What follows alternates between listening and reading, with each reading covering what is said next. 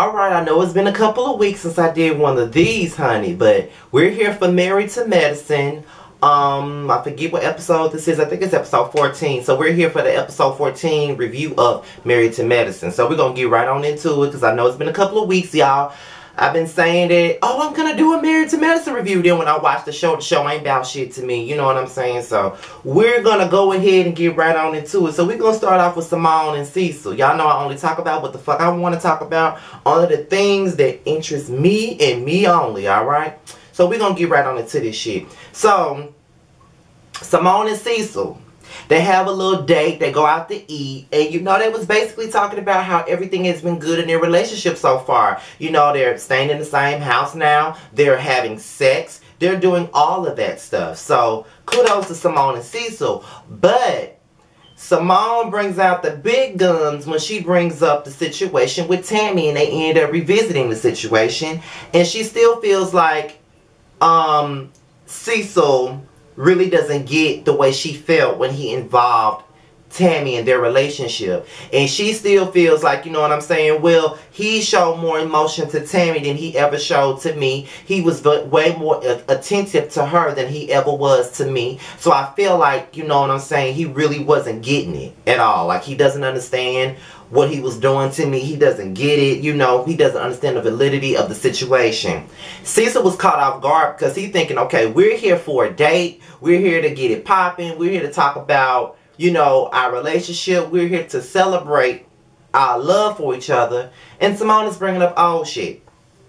Now, Simone goes the fuck off. Like, she blows up. She blows up because Cecil is sitting there like a deer in headlights. And I don't blame him because he really don't understand how the fuck did we come back into this situation. Why are we talking about this again? Like, I thought that we were past this. I thought that we were over this. You know what I mean? She gets so mad that she storms the fuck out. You know what I'm saying? And she don't want to hear shit else that he got to say. She done with the conversation. And I'm like, Simone, girl, you really need to let that hurt go. Because if you're really trying to move on with your marriage, I mean, y'all went through all of this shit at last year's reunion. Y'all got everybody involved. You know what I mean? Like, y'all, you really need to let that go. You really need to move on with your life and just try to move past everything. Like, that's the situation that I'm looking at it. Like, you need to let it go. Y'all need to move on and just, you know, let it be. Because if you really moving, if you really want to get past something, you have to stop bringing up old shit. If you know you haven't forgiven someone, then you need to let go of old shit. Because my thing about it is, I would never get in a relationship or another friendship with someone again unless they want to acknowledge the wrongdoings. And if they already acknowledge their wrongdoings, there's no need for me to constantly keep bringing it up to punish someone. And I feel like when you get back with someone and you try to save a marriage and then you keep on bringing up old shit, I feel like a person is bringing up old stuff to fucking punish the other person for what happened. And I don't think that that's fair. I don't think that that's fair at all. So Contessa, she invites her father to Atlanta. You know, she's been wanting her father around. Her kids wanted her father around. So he's going to be around for like a whole week and they're going to have some time together. And you know, sometimes, you know, fathers don't know how to be fathers when they first have the child. Sometimes they don't know how to be better fathers until the kids are older. You know what I mean? Like, that's just like with me and my dad. You know, I grew up, I did not get to grow up with my father. My father lived in Jersey. I lived in Mississippi. You know, the only time I really got to grow up with my dad was the first 3-4 years of my life. And after that, he moved on up there to Jersey. So I didn't really get to grow up with my dad. So for so many years, I had issues with my dad. But I think that we're better now that I'm an adult than I was as a teenager, because there was a lot of things that happened when I was young that I wasn't young and old enough to understand. But you know, I see things in a certain way these days, and you know, I think me and my dad's relationship is better off now than it ever was when I was growing up. So that's a great thing. So I think that's the same thing with Contessa. Mariah and Lauren. What I do like Mariah in this setting when she's with her daughter. Because when she's with the other women, I don't like the bitch at all, okay? Like, I can't see nothing good for her when I see it with the other bitches. But, you know, Lauren is trying to reinvent herself. She's about to go to high school. And when you are in middle school and elementary school, you really don't have that voice, that freedom to be who you want to be. And Lauren wants to be, you know, in another space. Like, she wants to get rid of the Barbie doll. She wants to get rid of the Powerpuff Girls and all this other shit that she enjoyed as a kid. She's now about to be half of a woman, if you see what I'm trying to say. You know what I'm saying? Like, this high school is a brand new world. You know what I mean? High school has its struggles, it has its great times, but it is a different world from going into middle school. You know what I'm saying? Like, when I got to high school, that was a strange transition for me. Okay? It took me a long time to really blossom.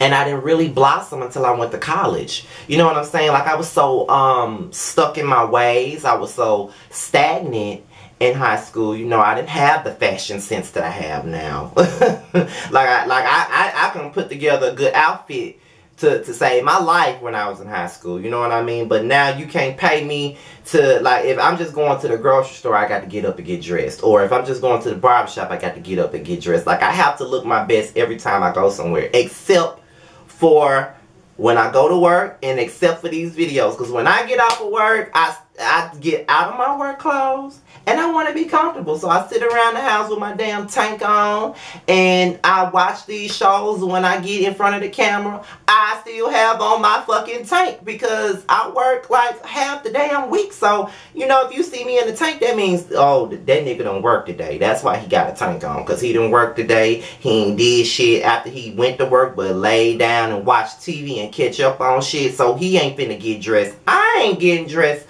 for no damn video for shit, okay? That's why most of my videos you see me with a tank on. Because if I got on a tank, that means I done been to work and I'm just comfortable. I'm not gonna change for shit. That's basically what it is. So yeah, but yeah, so I just feel like it's a great thing, and it's funny watching her blossom and grow up and try to change her style up and change her swag up. You know, you're supposed to do that in high school. High school is a tough damn crowd, okay? That's a tough motherfucking crowd. But one thing about it, high school taught me a lot of shit, and because of the hardships that I had in high school, it has made me be the person that I am today. I'm more confident than I ever was in high school. Now, do I have my insecurities?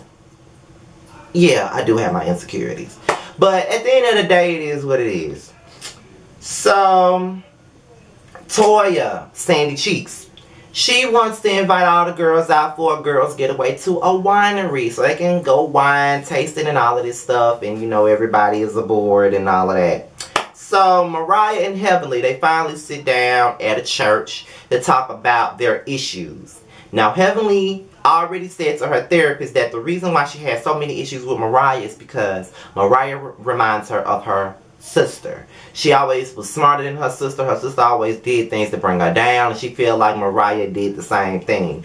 I just feel like, Heavenly, in your conversation with Mariah, it just felt like you, in so many words, you're sitting here trying to hash out your differences with Mariah, but at the same time, you sound like you're being shady.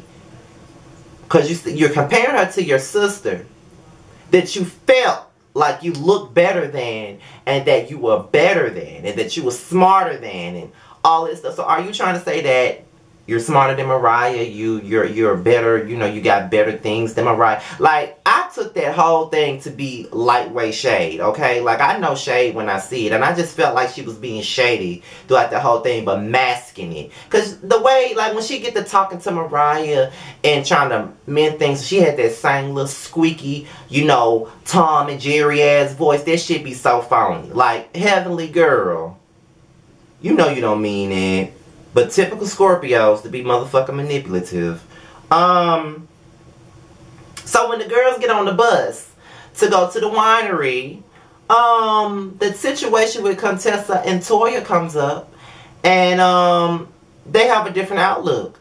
Toya feels like Contessa used that to paint her out to look a certain type of way, and I agree. I do think that Contessa did the most with that. I don't think that Toya tried to do that to her. Now, I can say a lot about Toya. Toya has never been my favorite person on the show. Never been my favorite person. I only like her when she's with Eugene.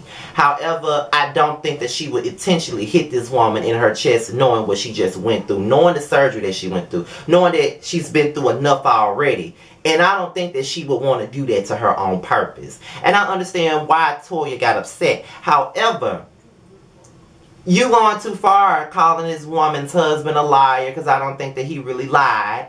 And on top of that, you don't want nobody calling your husband a liar. And then, you know, when Contessa said you want to talk about people's husbands, that means you want to get choked out. So then, choke me, bitch, choke me, choke me, come here, bitch. And Contessa sitting there cool as a pickle, like, she ain't fazed by motherfucking Toya, like, at all. Like, she not fazed to her, not one bit. Not fazed by her. And I'm just tripping the fuck out. Because I'm like, Toya, girl, who do you think you scaring?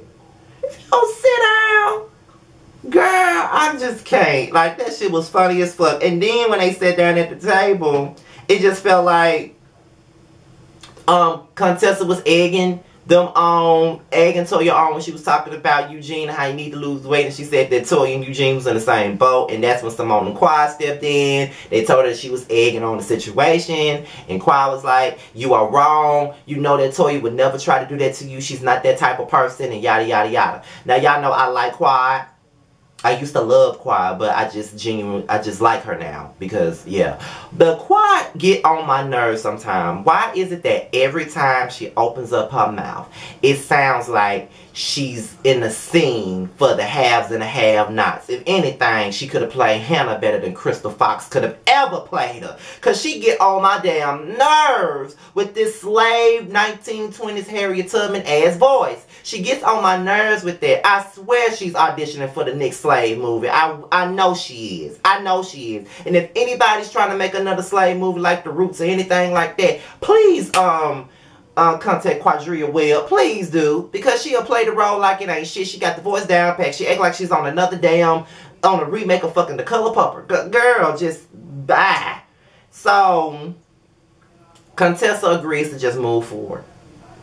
Aiden calls Mariah. He tells her that his headaches are getting worse and that he's going to go to the ER.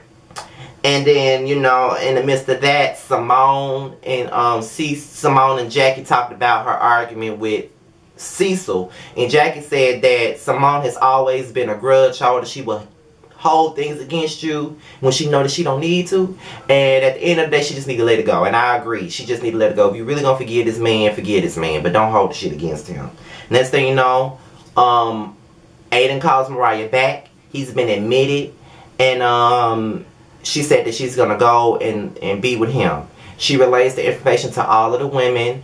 And all of the women agreed to leave with her. And I think that that was very nice and kind of all of them to support Mariah in her time of need. And this is probably one of the first few times I've ever felt any type of emotion from Mariah. Because we know that she loves Aiden with everything that he got. She loves Aiden to death. And I do feel like, you know, this is a scary situation. And the way that Contessa described the illness, that is scary as fuck. You know what I'm saying? So, yeah. I'm going to send my prayer goons to Aiden. And I hope he's doing well at this point. But this is my review on Married to Medicine. Be sure to like, rate, comment, and subscribe. Be sure to share the video. And all of that shit. We're going to have a discussion below. And the next time y'all see me will be for Real Housewives of Atlanta. Your boy's out of here, y'all. Peace.